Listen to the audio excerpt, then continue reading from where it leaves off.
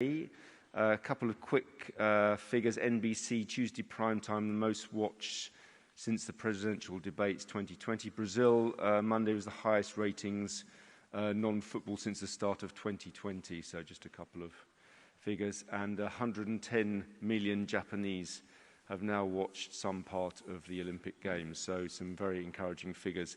And just to give you an idea of how digital is going, which is exploding, IOC platforms is double what it was same point for Rio 2016. So some quite impressive digital figures as well. Okay, so today I have with me, I have 4 Olympians with me today, in fact, and 3 gold medalists. In fact, Kirsty has 2, so we've got quite a good medal haul.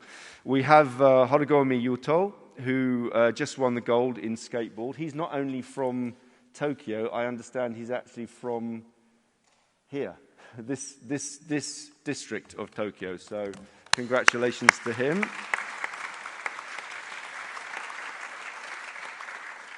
Obviously, I have Chair of the IOC's Athlete Commission, Kirsty Coventry, who will also talk about athletes' experience, and as we said yesterday, questions on athlete mental health, for which, as I explained yesterday, we're doing a lot of things before these games even, but during these games even more so. And also an Olympian is IOC Athletes Department Head Kaveh Meharbi, who actually is the first director of our newly created athletes department. And last but in no way least, a man who keeps reminding us that he won his gold medal in the last century, IOC Medical and Scientific Director Richard Budgett. So those are our guests. We will hear from a couple of them in a minute, but Masa, first, do you want to bring us up to date with figures and so on? Yeah, thank you, Mark. Before introducing our great speakers, just wanted to give you a quick update. Obviously, we have been observing such an inspirational performances across many sports. Today we have such a large number of medal events. So hopefully we'll be able to see another excitement is going on. On the COVID report, since the July 1st till the 27th, the number of airport tests is now 39,000, and among those, 30 cases were found to be positive. The positivity rate is 0.08%. Concerning the number of total screening tests being conducted up until 27th, the number is 310,000, and among those, 64 cases were found to be positive, which means the positivity rate is 0.02%. We've been updating you on the latest positive cases list. As you might have already seen the latest list. Today we saw 17 new positive cases among those residents in Japan, 7 positive cases among those non-residents in Japan. So that's pretty much everything at this very beginning. So I'm pleased to introduce Horigomi Yuto, the Olympic champion in skateboarding, who will be able to speak with you on his achievement. じゃあ、堀米さん、大会に参加した感想など、今回のオリンピックの経験など、ぜひ一言お話しください。よろしくお願いします。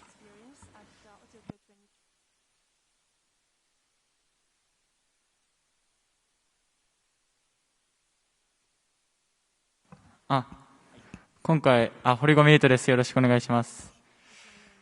今回、本当、このコロナの中で、すごい厳しい状況でオリンピックがあったことにで、皆さんが本当サポートしてくれたおかげですごい、感謝してます。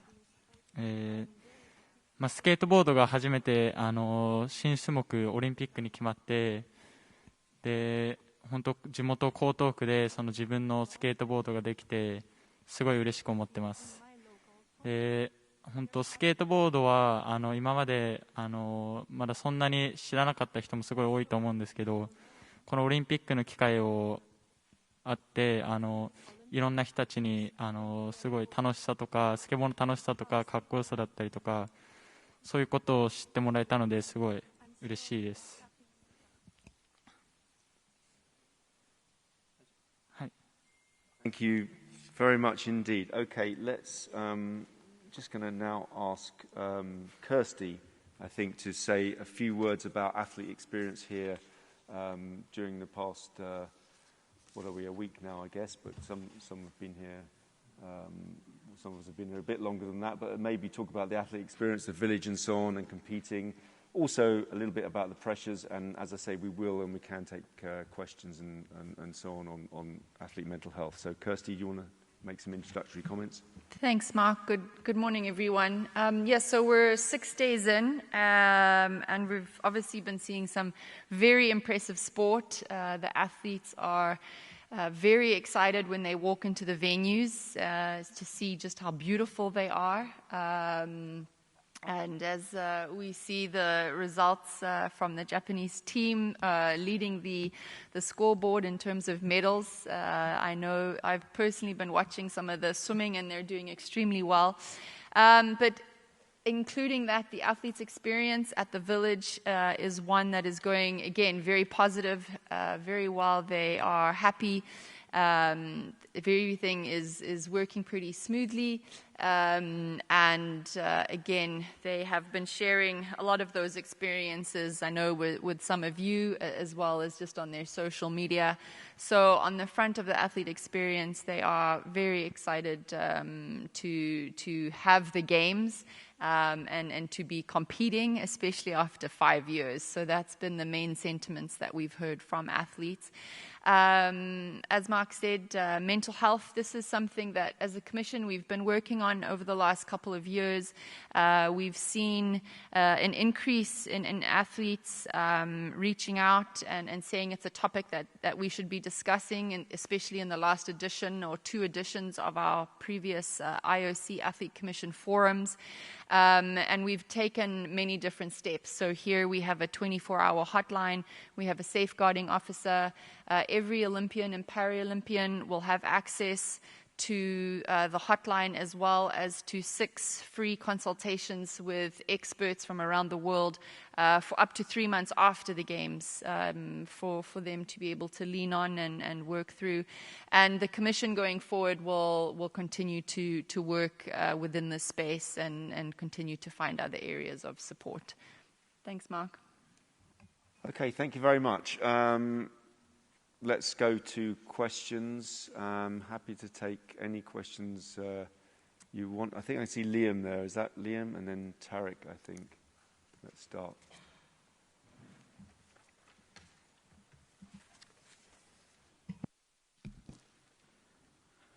Good morning, Liam Morgan from Inside the Games. Question for Kirsty. You talked a little bit about the athlete experience and mental health as well. There's been some criticism of the conditions. Candy Jacobs, the Dutch skateboarder who tested positive for COVID-19, is experiencing in an isolation hotel. What is your feeling about that? And has the IOC reached out to her at all and sort of tried to allay her concerns? She described the conditions as inhuman.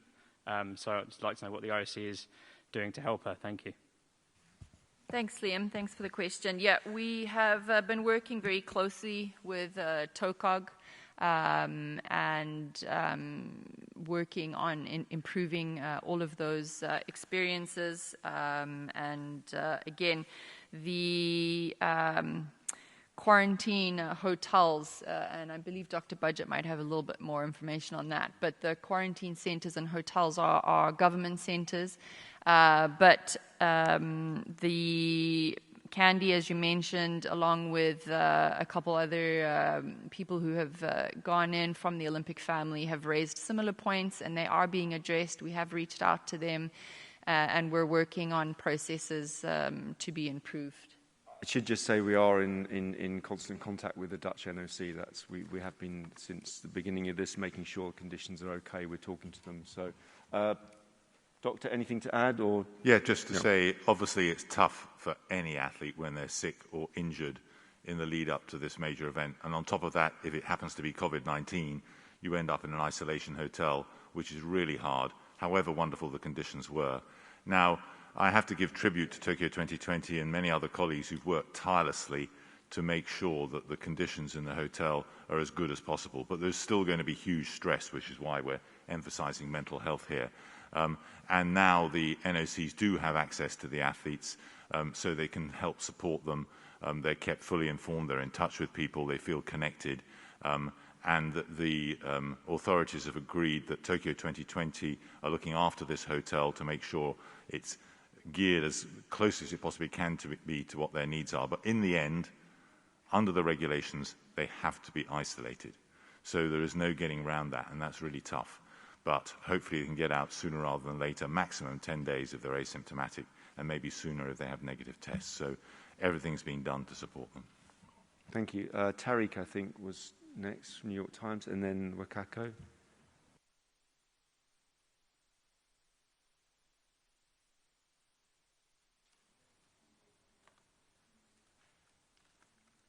Hi, just a couple. Sorry, closer. Okay, just a couple of questions. One to Yuto and one to Dr. Budget. Yuto, we've had two 13-year-old winners in the skateboarding competition. That is an incredibly young age. Can I ask, is that normal that the two best skateboarders in the world are two 13-year-old girls? And we're talking about mental health as well. What kind of pressure would someone so young be on, and what should be done for them to ensure their sort of feet stay on the ground and they don't come under a lot of pressure from advertisers, sponsors, TV, etc. And Dr. Budget, Laurel Hubbard will be appearing on Monday, and there's a lot of discussion around what the science is and what the science isn't. Do you have an idea if she has an advantage over her competitors at 43? It's kind of goes against kind of the normal trajectory of a female weightlifter to be at that elite level, perhaps going for a medal at 43. Thank you.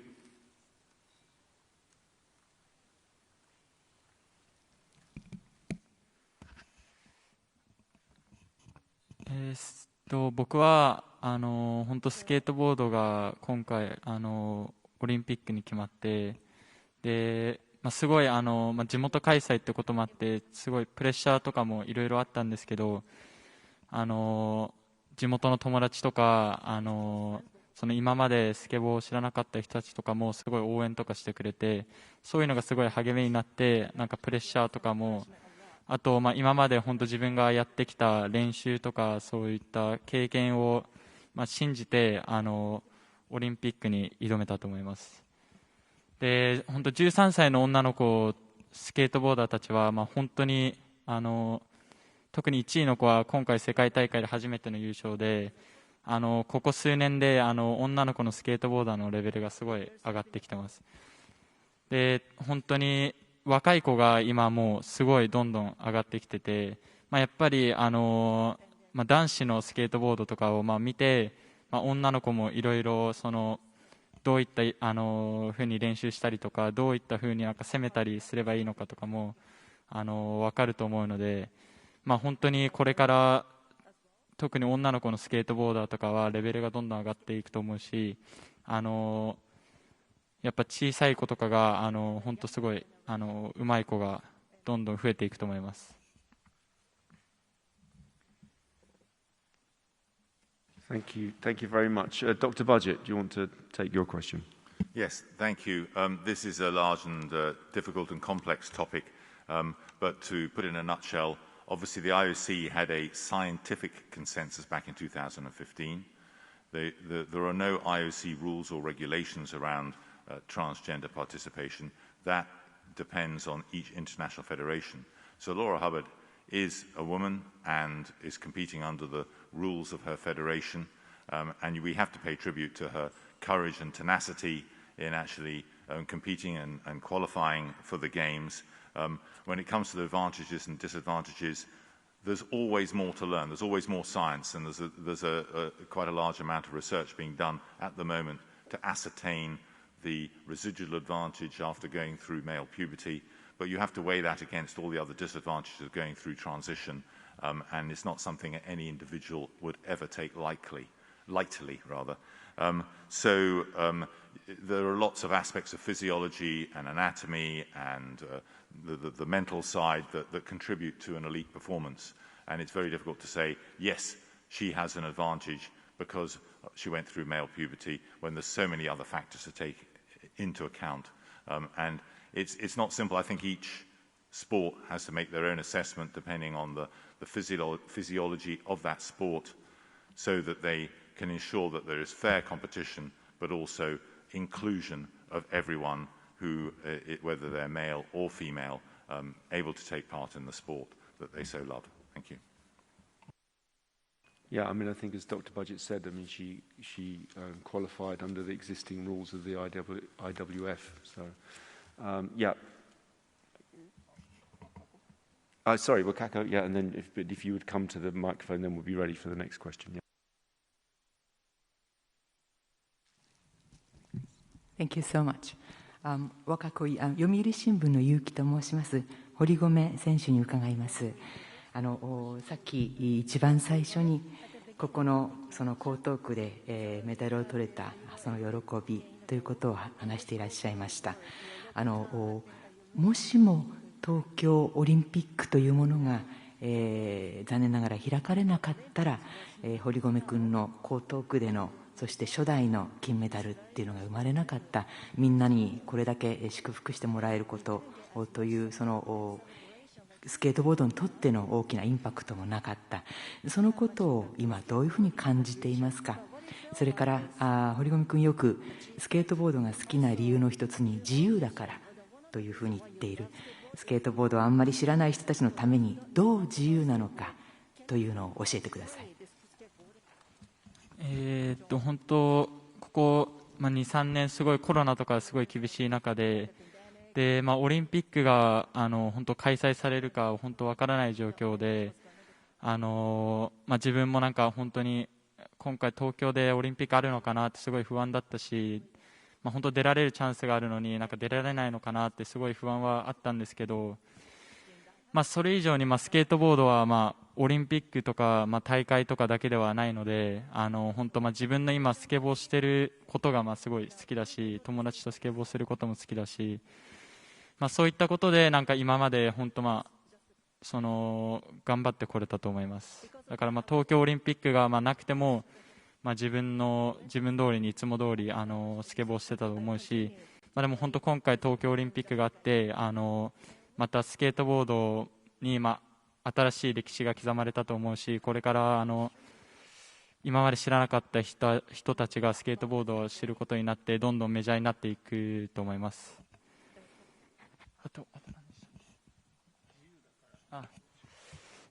スケートボードのすごい魅力になるんですけど、スケートボードは自由で自由だし、その自由って思うのが自分のやりたいようにやれるスポーツだと思ってるし、本当に世界の人たちとつながれる機会にもなると思うし、で本当スケボーって終わりがないところがすごい面白くて魅力的なのかなと思います。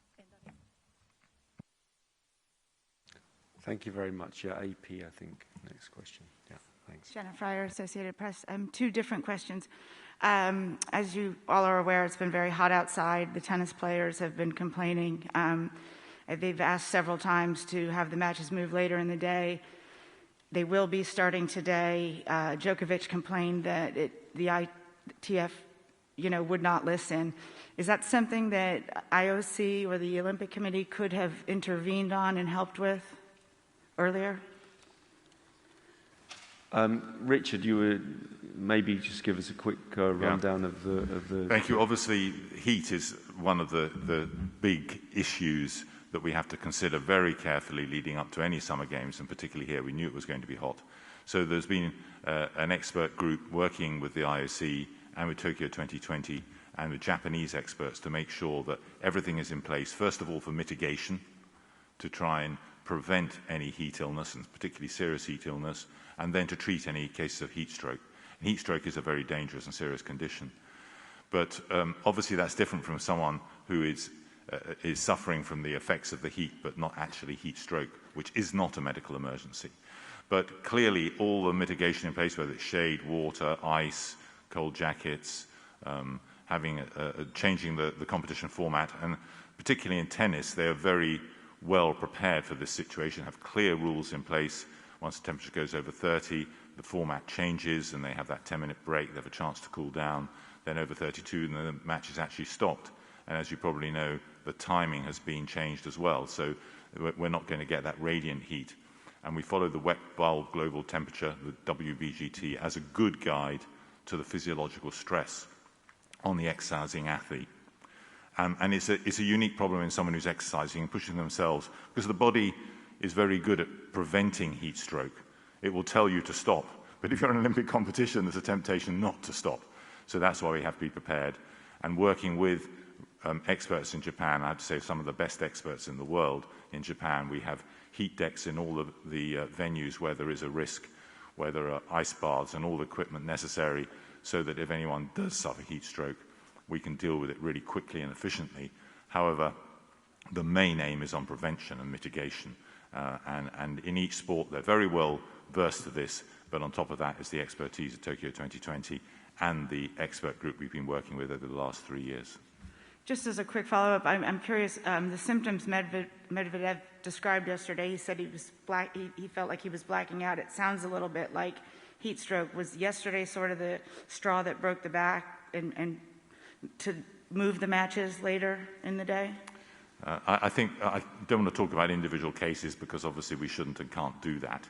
But clearly, player general welfare and comfort has to be considered as well as if there's any medical emergency.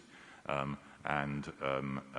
think that protection is there in the structure they have in that sport, and also they responded to people's appeals and concerns. And totally unrelated, swimming. Simone Manuel will swim heats tomorrow. 4 years ago, she became the first black woman to win a gold medal in the Olympics. FINA would not approve the use of a bathing cap for natural hair. Simone said that was a move that, in her mind, showed that this is still not a very inclusive sport, swimming. I'm wondering if anyone can address, what is being done to make swimming more inclusive. I can't talk for FINA, obviously, and FINA, I'm sure you've been in contact, and I think they've issued a number of statements.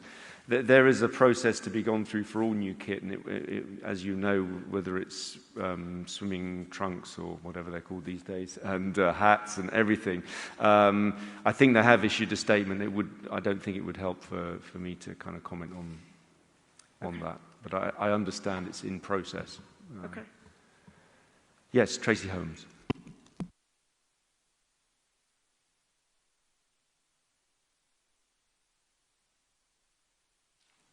Thank you. Tracy Holmes, ABC Australia. My first question is to Richard Budgett and also maybe Masa Takaya, and that is there's a story in the Australian media today that Japan's medical system is close to collapse, and it's impossible to tell how much the Olympics has contributed to that. I'd just like some comments from your perspective, please. My second question is to Yuto. Yuto, it must have been... can you tell us what was going through your mind ahead of the Olympics when so many people in Japan didn't want it to go ahead, and whether you've noticed a distinct shift in that now that people like you and your fellow athletes have been winning gold medals and giving Japan something to celebrate? Thank you. Thank you. If I could just kick off with some general remarks on the first question. I mean, as I've been saying all along here, we have the most tested community probably anywhere, almost certainly anywhere in the world. Added to that, you have some of the toughest lockdown restrictions in the athletes' village. They really are living in a different parallel world to all intents and purposes. And if problems occur, we deal with them. As far as I'm aware, there's not a single case of an infection spreading to the Tokyo population from the athletes or Olympic movement. So I can't really go beyond that and simply say also that as far as I'm aware, also not a single severe case has occurred amongst our stakeholders. But Richard, do you want to add to that? Yes, thank you, Mark. Yes, I'd just add by saying that clearly is the highest priority, always is at an Olympic Games, preparing for Olympic Games, that we do not affect the normal provision of care to the general population. And we have to bear in mind that there are only 2 people in hospital, so all the rest are being cared for within the system that we have in place for the Games. 50% of athlete care is actually by their own medical teams, and the rest provided by the polyclinic. And that is staffed by a flexible workforce so that they don't actually draw down from the hospital in any significant way. So I think obviously it's challenging for any country when there's rising cases of COVID-19, but I am confident that the Olympics are being run without actually affecting that essential secondary care and hospital provision. Can I quickly compliment? Yeah, I think Richard already covered pretty much everything. We have been reiterating that we will deliver the safe and secure games from the perspective of participants, also from the perspective of Japanese people. We've been, implementing a robust countermeasures on COVID-19, and we have been, making crucial decisions for the past year, including the decision on the no spectators for most of the venues. What I can tell you today is we are also aware that there has been a certain level of concerns in terms of the impact to the local medical situations, but we've been trying to have a appropriate balance between what we will deliver and the impact to the local medical situation.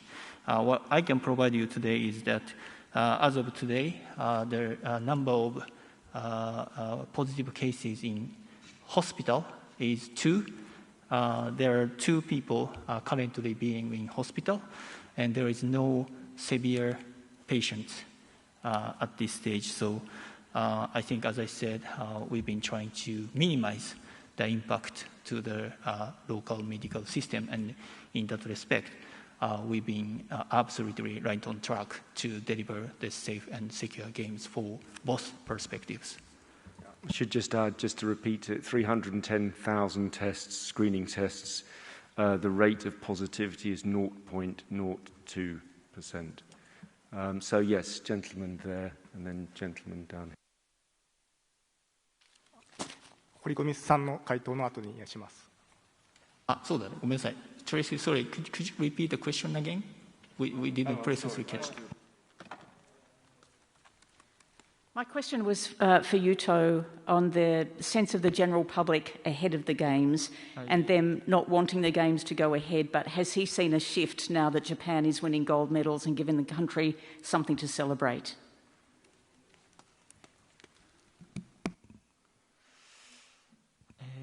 オリンピック始まる前、オリンピック日本の国民の人たちは結構オリンピック反対にすごいしてたっていうそのニュースとかも僕聞いてて、ちょっとなんかそういったすごい緊張のある中でも緊張はしてたんですけど、今回本当オリンピックが開催してくれて、でこうやって自分がその夢の舞台でスケボーをすることができ、で本当金メダルを取れて日本の人たちも、全員ではないと思うんですけど、本当感動を与えられたと思ってるし、すごいみんな喜んでくれてるので本当オリンピックが開催してくれてよかったと思うし、本当このボランティアオリンピックボランティアしてくれてる人とかサポートしてくれてる人たちに本当に感謝してます。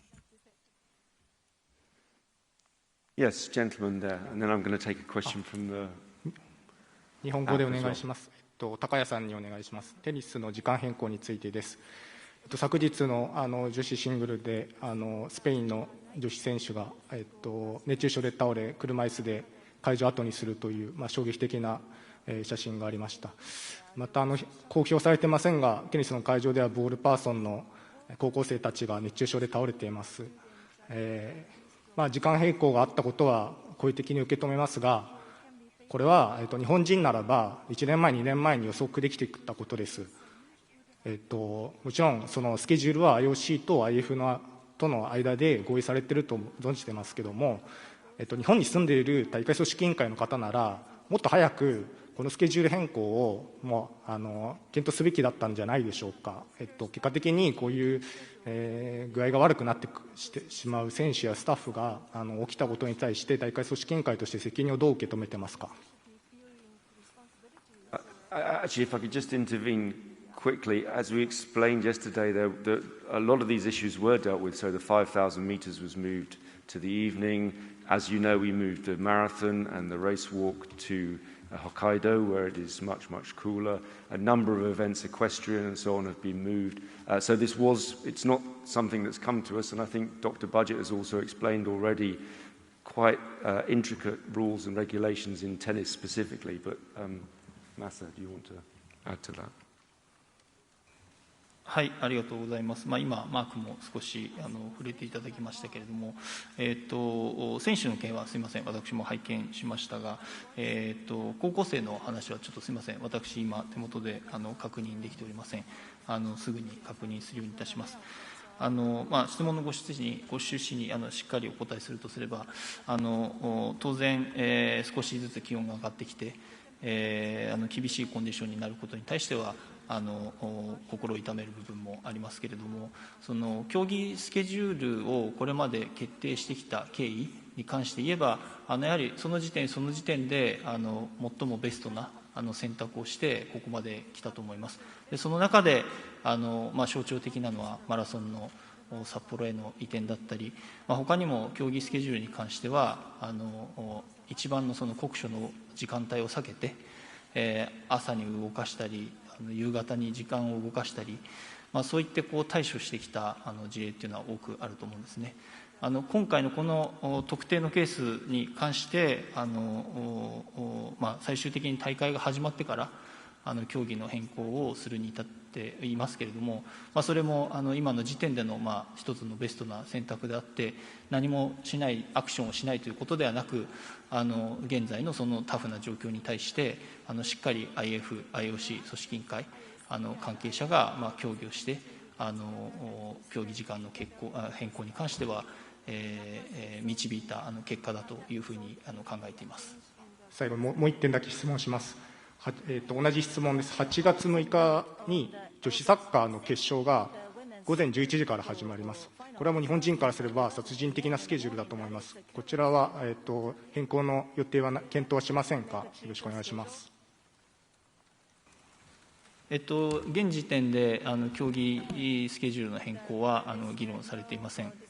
もちろん懸念が示されて、必要に応じて協議がなされればしかるべき結論に判断はあると思いますけれども、今しっかりお伝えしなければいけないのは、重ね重ね競技時間に関してはさまざまな視点で、もちろん組織委員会は日本の暑さいかにそれを避けるべきかという視点でこれまでも議論に参加してきて、ただそれだけではないさまざまな視点でベストな競技時間というものをこれまでも導いてきたつもりです。現時点では競技時間の変更は議論されていません。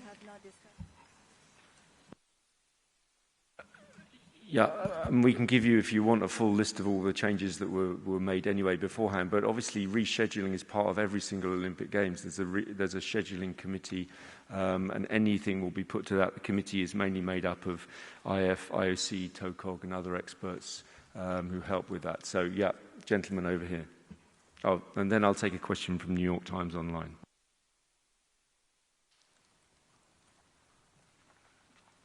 共同通信の長谷川と申します。日本語でお伺いします。2点ありまして、1点先ほど出た質問に関連なんですが、コロナに陽性になってしまった選手が隔離されている環境について、いろいろ対応されているというお話はあったんですが、具体的に、どういう点に問題があってどういうふうに改善されたのか、具体的に、教えてください。でもう一点が高谷さん、先ほど病院に入院している選手が2人というふうに通訳で聞こえたんですけれども、これ選手ということでいいのかどうか。以上です。はい、じゃあちょっと後半の方から正したいと思います。すいません。全大会関係者のうち、海外から来日されている関係者の中で、現在入院されている方が、2人です。重症者はいらっしゃいません。海外から来日している関係者です、母数は。その中で2人が、入院されているということです。それから、陽性、患者、ごめんなさい、陽性のそのアスリートに対する、ケアの部分ですけれども、さまざまな対応があるんですが、もちろんその柔軟な差し入れができるように対応させていただいたり、看護師による24時間体制での相談支援、これは精神的なサポートも含むというふうにありますが、現状においては昼食の時間に例えば1階のフロアのロビーを開放して利用していただくことで、少しずっとその部屋にいる状態の閉塞感からリラックスしていただく時間も取っていただくような、そういった弾力的な対応をさせていただいています。こういった適宜対処させていただく中で、その陽性アスリートの在京大使館ですとか、NOC 側からもご理解いただいて感謝のメッセージをいただいたりしているケースもございます。I just want to add, by the way, and I'm sure Dr. Budget would agree with me, that we would go nowhere near towards identifying anyone who happened to be concerned. So it would be pure speculation who they are, what country they're from. We wouldn't comment on that whatsoever.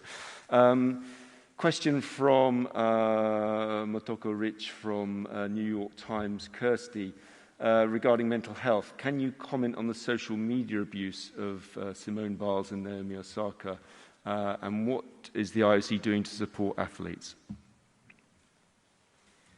Thanks, Mark. Well, I think over the last couple of days we've heard a few athletes have gone off social media. Personally, I went off social media last year because as nice and as supportive as some people can be, the negative comments, even if they are the fewest comments, can be really hurtful to athletes. So it's sad to see that that's continuing. But in terms of what the IOC and the Commission are doing, we obviously have our 24-hour hotline. We have a safeguarding officer within the village. As I said, we also have the opportunity for athletes to reach out through the hotline to experts from around the world, and it's available in 70 languages. And again, that free counseling of 6 free sessions of counseling and support for athletes up to 3 months after the games is also being provided. As a commission, we've also had some walkthroughs with our safeguarding liaison and officer to sort of help us better understand when athletes come to us, the support that they would need, and a step-by-step on how to help that athlete, refer them to the best person around them to get extra support. So as a commission, we're always fully open and engaged. We have not had anyone come up to us specifically during this games. It's been through other athlete representatives that we've had contact, and we're just giving them the support they need in order to support their athletes that are going through those times. Thank you, Kirsty. Yeah, I think Graham wanted a question, and lady over there, and gentleman, I think it's Alex Capstick, but I can't see. Yeah.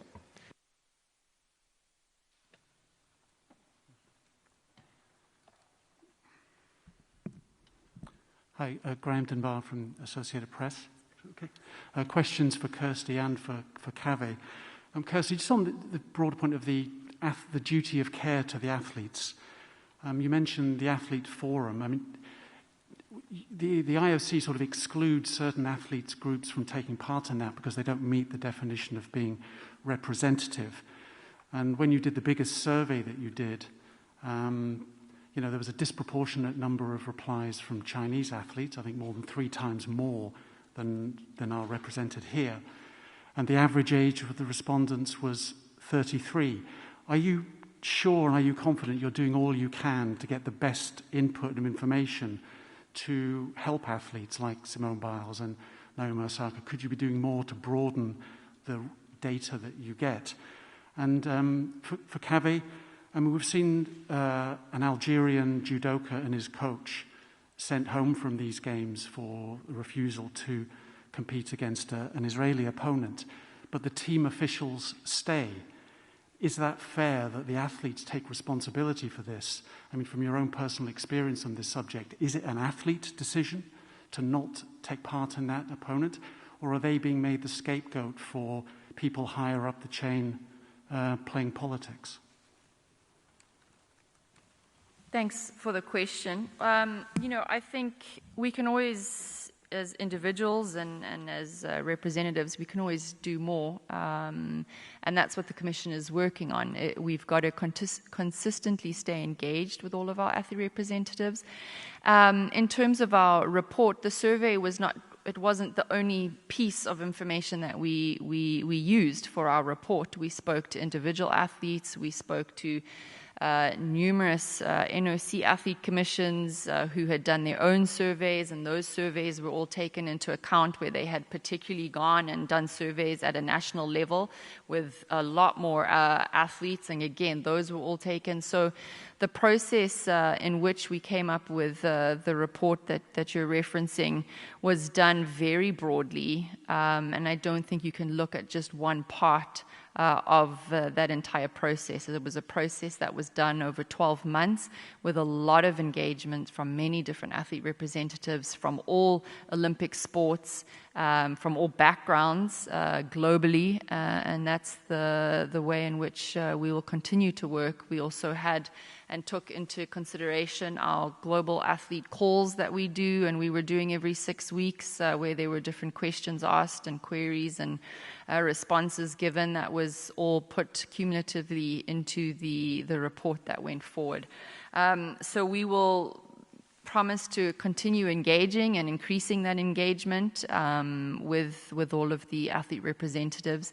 But, I do firmly believe, and I'm very impressed with the work that was done around the consultation process. It's increased as the years have gone on, and it will continue to increase, and the Commission will work at continually engaging with all Olympians. So far at the Games, we've had very good engagement in the village with athletes from there's the pin quest that's going on, that's again informing athletes and helping athletes to inform us on what they're going through and feeling and expecting. So these things all get taken into account in terms of the engagement with athletes consistently across the Olympic movement. Kaveh? Thank you, Mark. Thank you for the question. I think the question also was raised yesterday or the day before to my colleague, James McLeod. Obviously, I'm not aware whether that decision was the decision of the athletes or the officials, so I'll have to leave it at that. But as you know, the NOC has taken a decision and taken some measures, and as my colleague, Mr. McLeod, mentioned, IOC is monitoring, of course, if there is a case of the violation of the Olympic Charter, and that will be addressed accordingly. Thank you. Yeah, a couple of things just to add there. I think just to be aware that obviously it wasn't just the athlete, it was also the coach who went home, and I think James McLeod made it quite clear that this isn't the end of the matter, so I think there will be further actions involved. And just on your first question, the survey itself, which I think was of 3,200 athletes or something like that, was under the auspices of the Swiss Centre of Expertise in Social Sciences. So I think if you feel that the methodology was not up to your standard, then I think you should probably take it up with experts in the field and discuss. If you have some suggestions, I'm sure they'd be ready to hear them. Yes, lady over there in the...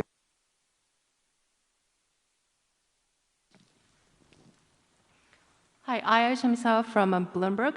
I have a question for IOC or Tokyo 2020. It's regarding the playbook rule. So due to the rule that athletes have to leave the village in Japan 48 hours after their last competition, so how many athletes have already left the village in Japan? Thank you.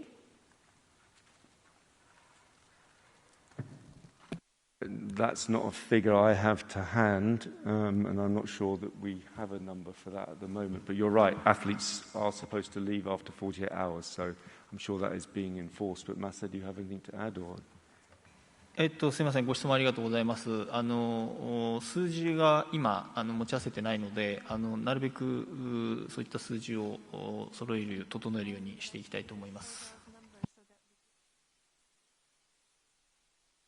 Alex Capsicum, BBC, and then gentleman, here, you sir, next, if you could, we'll kind of come over here. Thank you. A question to Dr. Budget. I understand that federations have their own, can implement their own rules regarding transgender athletes, but the truth is that the vast majority follow the IOC guidelines that were put in place in 2015, and you have been undertaking reviews with the intention of changing those guidelines. Why is it taking so long? And a question to either Richard or Kirsty, are you putting in place any measures to help or to protect Laurel Hubbard from all the attention she's going to get in the next few days and after her competition? Thank you. Yes, thank you. I think there are no guidelines, but there's the scientific consensus, and they were working on a framework to help IFs with that difficult decision of how to ensure inclusivity while ensuring also fairness.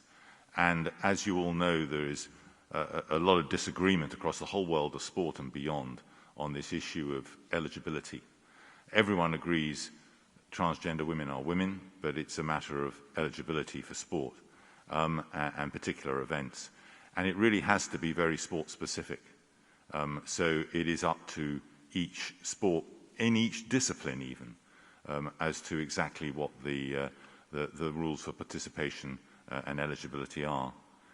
So it is complex, and one of the reasons that there have been no framework published yet is not just because of the difficulty in coming to any consensus, and there's been a huge consultation exercise going on with all those bodies and individuals and representatives who are involved in this. It's because it would have been inappropriate to come out with a new framework or guidelines just before the Olympic Games. And of course that was going to be a year ago, and now it's now. So there will be a new framework to help IFs. We're working very closely with them, but it's not published yet.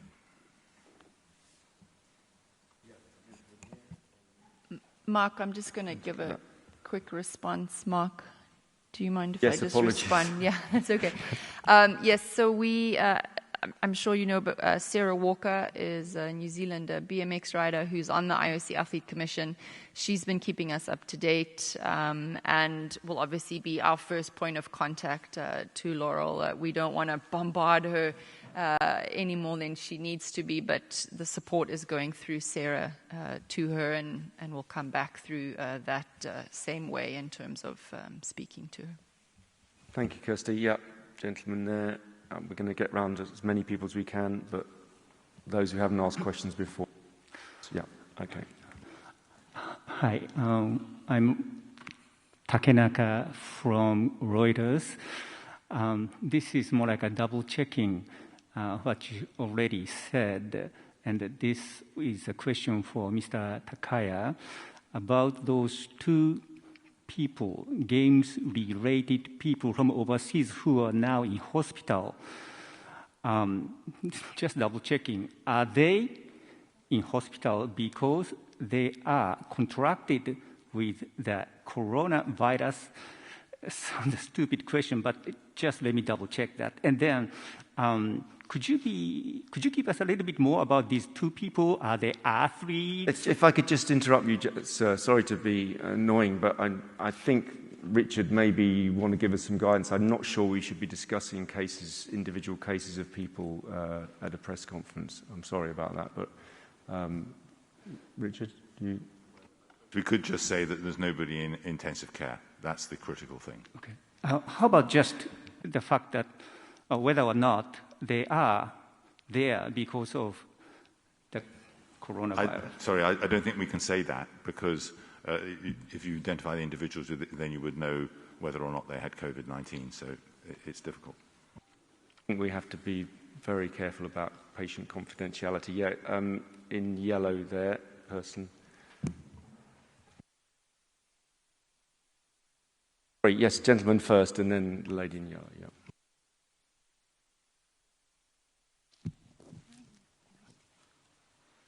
Thank you, Hiroki Tora from Asahi Shimbun. Question about mental health, maybe Kirsty or Mark. So a lot of social media abuses. Will the IOC or the Athlete Commission will be holding a discussion or maybe a seminar within the athletes to how to protect them from those abuses? And other question is, will IOC or the Commission will make any request or maybe take action against those social media companies? Thank you. Thank you for the question. Yes, so we have been working very closely with the Mental Health Working Group. We have 3 athlete representatives, 2 Olympians and a Paralympian that are a member of that working group. It's a group made up of 9.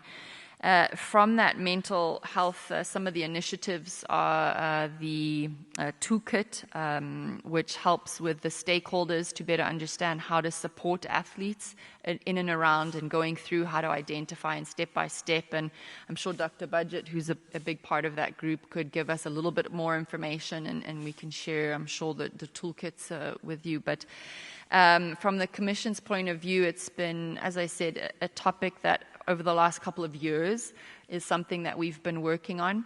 The Commission itself, from this toolkit and something that came from the forum this year, was to how to figure out to support athlete commissions at an NOC level and an international federation level.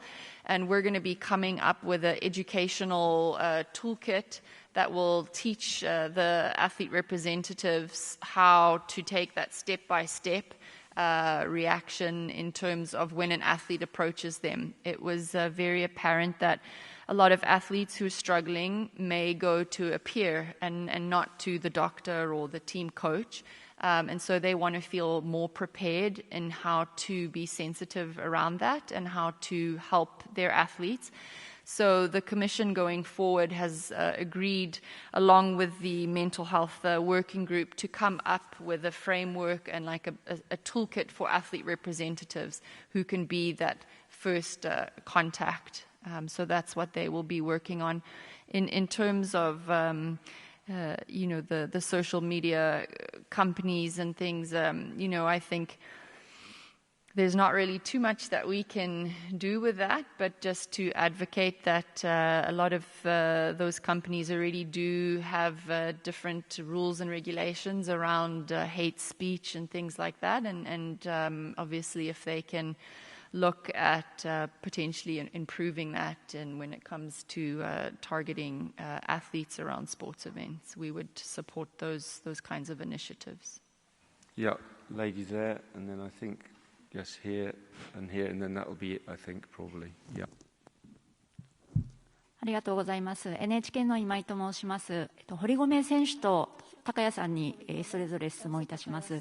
まず堀米選手に質問なんですけれども、スケボーはとても自由で、堀米さんもその自由さが魅力だとおっしゃっていましたが、オリンピックというのはこの長年のいろんな伝統を守るためにもさまざまなルールがスポンサーだったりも含めてですね、あると思うんですけれども、それでも実際大会出てみて、ある種窮屈さみたいなものは感じなかったか、実際オリンピックに初めて出てみての感想を聞かせていただきたいのと、その上でそれでもスケボーの例えば賞金の大きい大会とかそういうものに出る以上にオリンピックに出ることの魅力、価値、どういうものを実際出て感じたかというのを教えてください。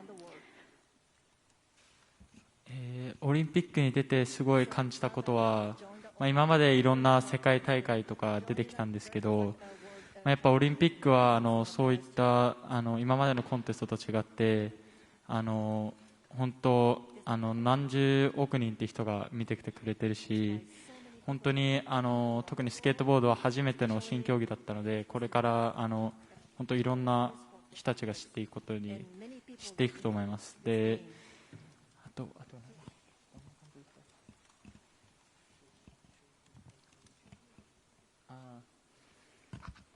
本当賞金とか、そういったことも、世界大会とかなんかすごい、大事だと思うんですけど、賞金とか以上にその東京オリンピックっていうすごい夢のような舞台でスケボーをさせてもらえたことがすごい本当に今までで一番すごいいい経験になったし、なんかこれからもっとスケートボードがなんかいい方向に進むと思います。